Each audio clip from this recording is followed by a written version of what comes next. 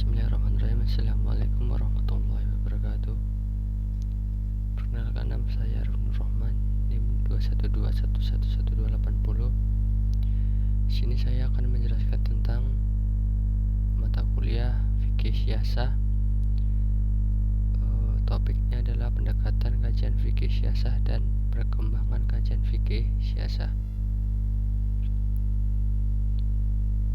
Dengan dosen pengampu Bapak Danu Aris Setianto SSy MH. Langsung saja. Yang pertama, tentang pendekatan kajian fikih siyasah. Dalam mengkaji Islam dan politik ada 3 pendekatan, yaitu pendekatan normatif, sosiohistoris, dan filosofis. Pendekatan normatif adalah suatu pendekatan yang memahami kajian politik dalam Islam sehingga tidak bisa dilepaskan dari kedisiplinan yang biasanya muncul, yaitu fikih.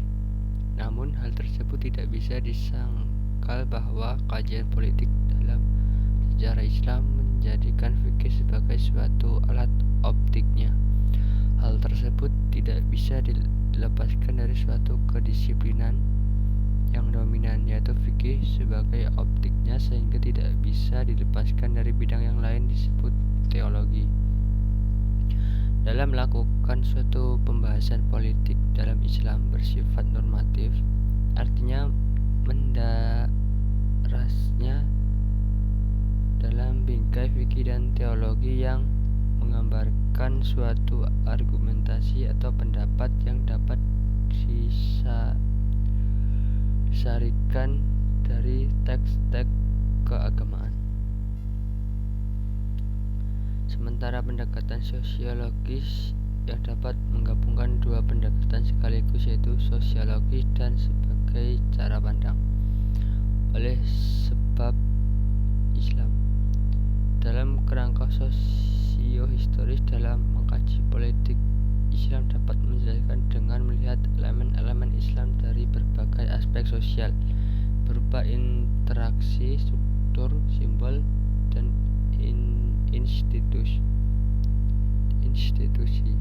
dan kesejarahan berupa peristiwa yang memperlihatkan unsur-unsur baik tempat, waktu, objek, latar belakang, dan pelaku. Yang terakhir adalah pendekatan filosofis yang dimaksudkan untuk melihat kandungan nilai atau substansi dalam setiap bidang formasi politik Islam. Topik kedua adalah perkembangan kajian fikih siyasah periode klasik. Identitas perkembangan kajian fikih siyasah pada periode klasik yakni kemapanan dalam dunia Islam. Islam disebut-sebut pemegang kekuasaan dan pengaruh dalam bidang politik hingga kancah internasional.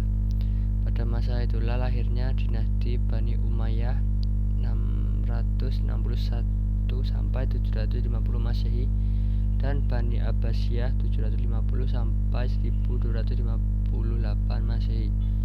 Kajian fikih siyasah pada masa dinasti Bani Umayyah belum ada. Sedangkan pada masa Bani Umayyah lebih condong ke ranah politik, yaitu pada pengembangan wilayah kekuasaan. Pada masa yang bersamaan juga terbentuk sekelompok oposisi Khawarij dan Syiah, namun tidak memiliki pengaruh yang kuat.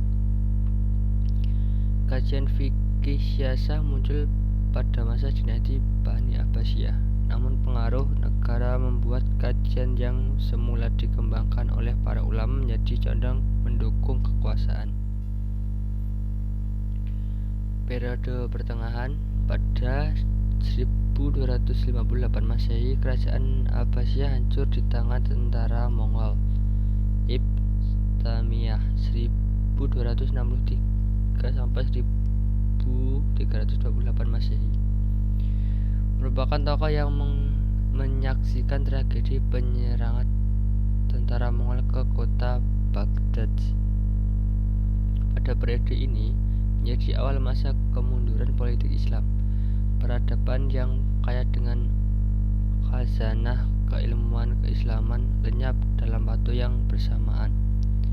Ibnu Taimiyah, tokoh yang mempunyai pemikiran yang berbeda dengan ulama Sunni, memandang institusi imamah sebagai praktis saja, bukan sebagai kewajiban atau syar'i. Surat Quraisy pun tidak diungkapkan secara tegas oleh Ibnu Taimiyah. Ibnu Taimiyah hanya mengungkapkan bahwa syarat menjadi kepala negara harus memiliki dua hal utama, yakni kejujuran dan kewajiban atau kekuatan. Kedua hal tersebut akan menjadi fondasi dan tujuan utama syariat Islam, yakni dan terciptanya keadilan dalam masyarakat. Periode modern ditandai dengan semakin lemahnya dunia Islam di bawah penjajahan bangsa-bangsa barat. Hampir seluruh negeri muslim berada di bawah imperialisme dan kolonialisme barat. Di samping menjajah dunia Islam, barat ternyata mencoba mengembangkan gagasan-gagasan politik dan kebudayaan mereka yang tentu saja tidak terlepas dari pengaruh sekularilisme ke tengah-tengahan umat Islam. Di sisi lain, umat Islam sendiri tidak mampu menyaingi keunggulan barat dalam bidang teknologi, ilmu pengetahuan, dan ekonomi dan organisasi. Sekian presentasi dari saya. Wassalamualaikum warahmatullahi wabarakatuh.